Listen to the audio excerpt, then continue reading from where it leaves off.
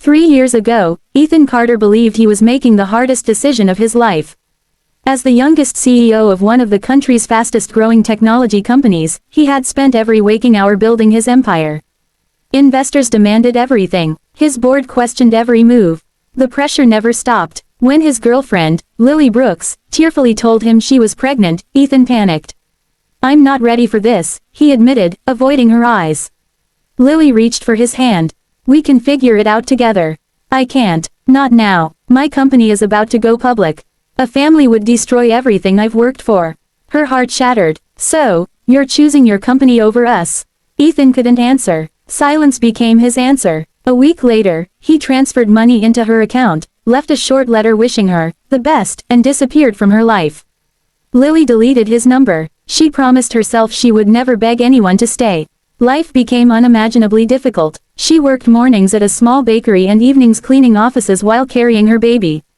Every dollar mattered. Some nights she cried herself to sleep, wondering if she'd made the wrong decision by keeping the child.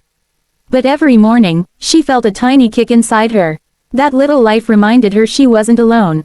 Months later, she gave birth to a beautiful little girl. She named her Emma. Emma became her entire world. They lived in a tiny one-bedroom apartment with peeling paint and old furniture donated by neighbors. Money was always tight. Birthdays were homemade. Christmas gifts came from thrift stores. Vacations were walks in the nearby park.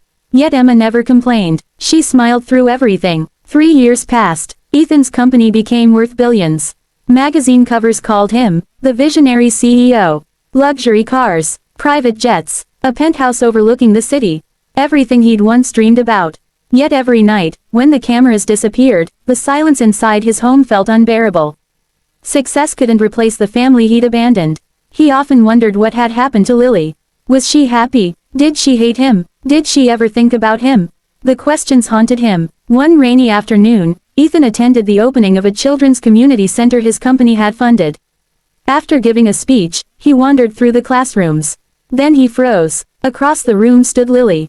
She looked different, older, stronger. There were faint lines of exhaustion around her eyes.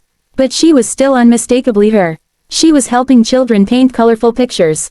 Before Ethan could speak, a little girl ran into Lily's arms.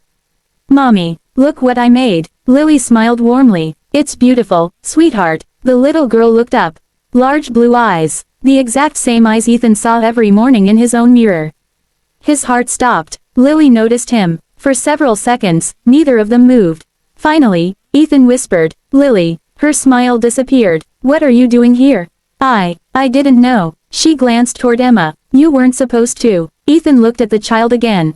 "Is she?" Lily stayed silent. Silence answered everything. His knees nearly gave out.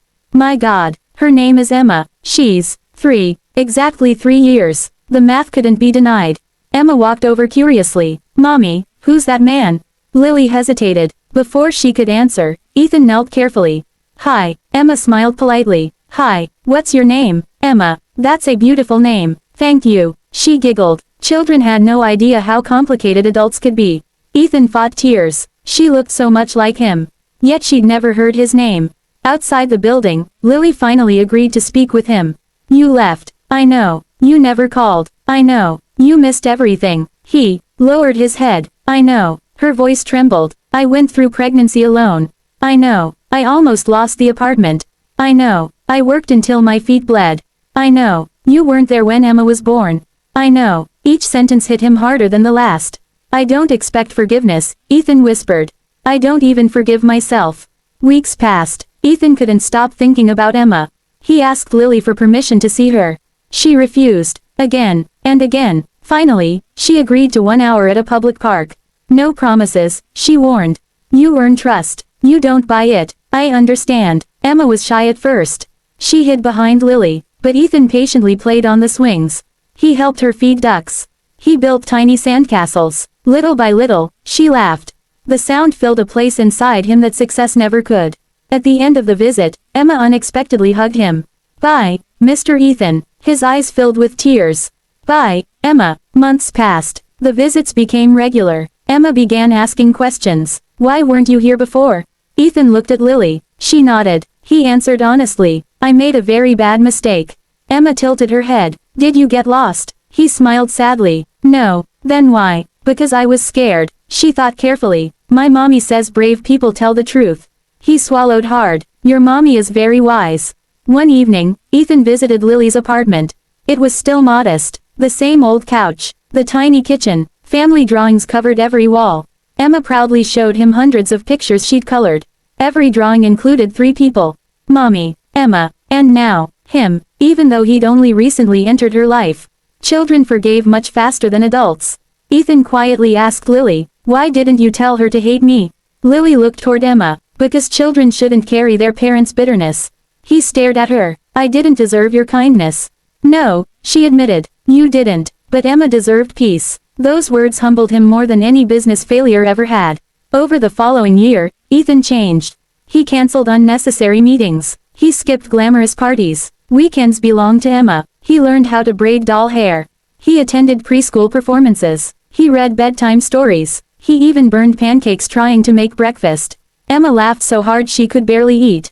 For the first time in years, Ethan felt truly successful. Not because of stock prices, but because a little girl proudly introduced him as my daddy. One evening, after Emma had fallen asleep, Ethan sat beside Lily on the apartment balcony. I've spent years trying to become the richest man in every room, he said quietly. And I finally realized I'd been the poorest. Lily smiled faintly. You can't get those first 3 years back. I know, but I'd like to spend the rest of my life making up for them. She didn't answer immediately. Trust wasn't rebuilt with promises. Only with time. Another year passed. Ethan never missed a birthday. Never missed a school event. Never broke another promise. Slowly, Lily allowed herself to believe that people really could change. One sunny afternoon, the 3 of them returned to the same community center where Ethan had first seen Emma. Children laughed around them. Emma held both of their hands tightly. She looked up and smiled. Now nobody gets left behind. Ethan squeezed her tiny hand. Never again. As they walked forward together, Ethan understood something that no business school had ever taught him. Companies could be rebuilt. Fortunes could be earned again. Lost opportunities sometimes returned. But time with the people you love is priceless. He had spent years chasing success, only to discover that the greatest achievement wasn't becoming a billionaire. It was becoming the father his daughter deserved, and proving, day after day, that love isn't measured by wealth, but by showing up when it matters most.